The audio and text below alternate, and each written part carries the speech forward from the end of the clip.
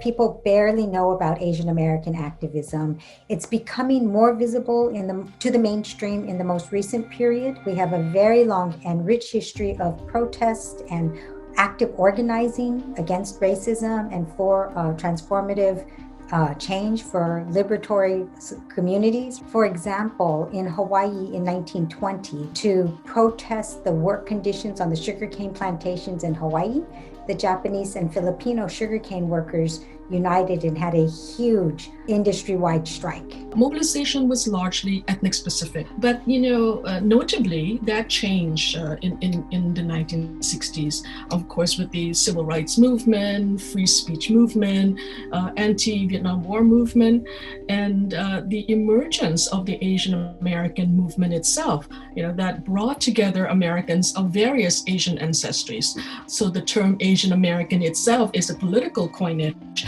that reflects this emphasis on unity.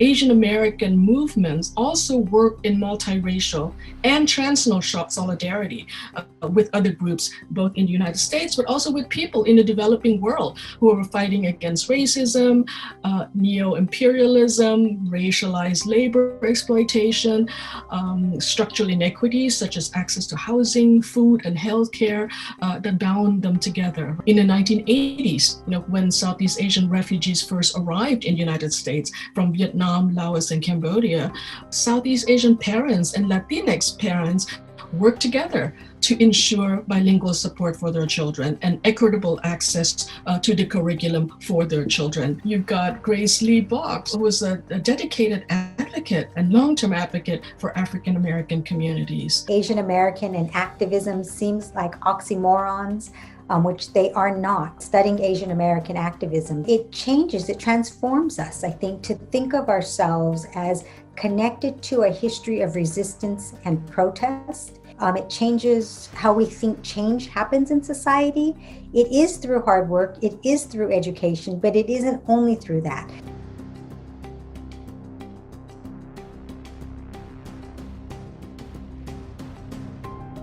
I really want to encourage the younger generation of Asian Americans, to really delve into these histories, to learn not just about the particularities of the challenges facing our communities, but also these kind of long and intertwined histories of solidarity, of coalitional politics, right? It is critically important for all of us to be at the table speaking about this.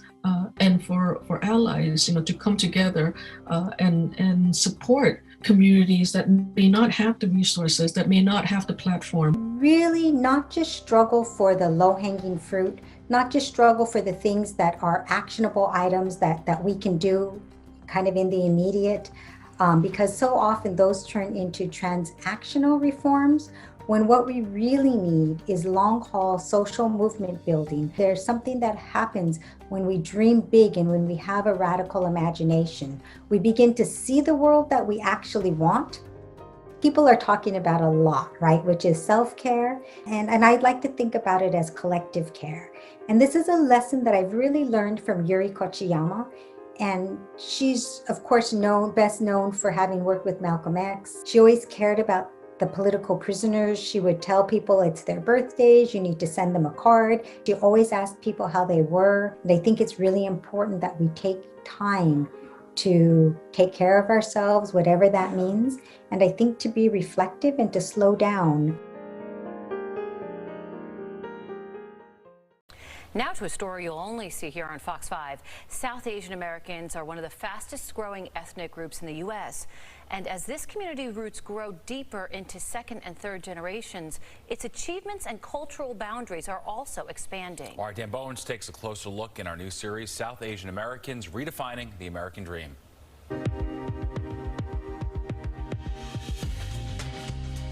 For millions of people around the country and around the world, we essentially bridge the gap between our two identities. I know for a fact that I'll never just be American and I will never just be Indian. It is redefining the American dream by removing limitations on just what it can mean. And I think that what the next generation is doing is that they're expanding that base beyond just a few categories. Embracing the American way without forgetting where you're from. I imagine there's a fine line between the concept of assimilation and hanging on to that cultural identity. I struggle a lot because there are so many cultural aspects of myself and my family and my faith and my religion. A new generational journey of cultural identity. We've had a lot of time to reset and reflect. And so who are we? Why are we here? What's important to us? I think that reflection of identity might be coming out. The story of who South Asian Americans are is rooted here. We're South Asian, we're all from the Indian subcontinent, but you can be from Sri Lanka, you can be from Punjab, Pakistan, Bangladesh, Bhutan, Nepal, Tibet, all these countries. It also means acknowledging the sins of stereotypes on American soil. How much is your penny candy? Surprisingly expensive. The Apu character, popularized on The Simpsons, is perhaps the most debated example in pop culture. We all face the same or similar problems with racial profiling. Ravi Bala of Hoboken is the first person of Sikh faith elected mayor in New Jersey. Born and raised in the Garden State, his parents immigrated from India, the family encountering a culture shock early when his dad was urged to remove his turban before attending Penn State. And he decided not to do that. He decided that there is no conflict between being South Asian and being a Sikh and being a successful American. Bala's push into politics, an example of second-generation South Asian Americans charting a new path beyond what many of their parents envisioned.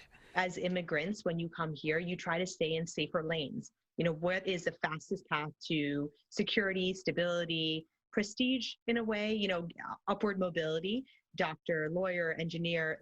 Mona Patel, whose parents also immigrated from India, would know. She's a former NASA intern. My grandmother would have never had the opportunity to even think about this. She didn't pursue a career in medicine or aerospace science. Instead, she founded several companies, including a marketing firm with clients like Nike, is now a playwright, and before the pandemic, as an Indian kid, I got the memo that I was supposed to be a doctor. She was an avid public speaker, her experiences as a strong businesswoman also stretching the limits of cultural gender norms. Very strong women who've shown up and like equality and expect it. So I think that there's some dynamics there that are still working themselves out. There are now nearly 5.4 million South Asian Americans living in the U.S. Within that group, people descending from India have a median income of about $100,000 a year, which is about $20,000 more than the national average. It's nothing magical. It's nothing about genetically being superior or culturally being superior. Sanjay Mishra is a political science professor at Drew University. He points to U.S. immigration policy of the 1960s as a reason for economic success today. Which really put a focus on bringing in people who have high education. Once you kind of integrate into middle class, upper middle class segment of American society, then it's easier for you or your children to actually move up. Hello and welcome to Yasmin Varani's podcast, Brown Colored Glasses, takes a closer look at traditions clashing with evolving attitudes. She created it after the George Floyd protests, trying to find her own voice on race. How we can begin to change the rhetoric, the narrative, especially as second and third generation South Asian Americans living in the USA. All while hanging on to her roots, her family just celebrating Nowruz, the Persian New Year. No one wanted to do this, so of course it lands in the hands of an immigrant. It's how it always goes down. With Hollywood also embracing new stars in non-cliche roles, it's clear there is the beginnings of change. We've come far, but it's taken a lot of time and effort, and we still have a lot more to do. And Trisha Sakuja-Walia is watching it all. She's CEO and co-founder at BrownGirlMagazine.com, a website delving into just about every aspect of South Asian American life.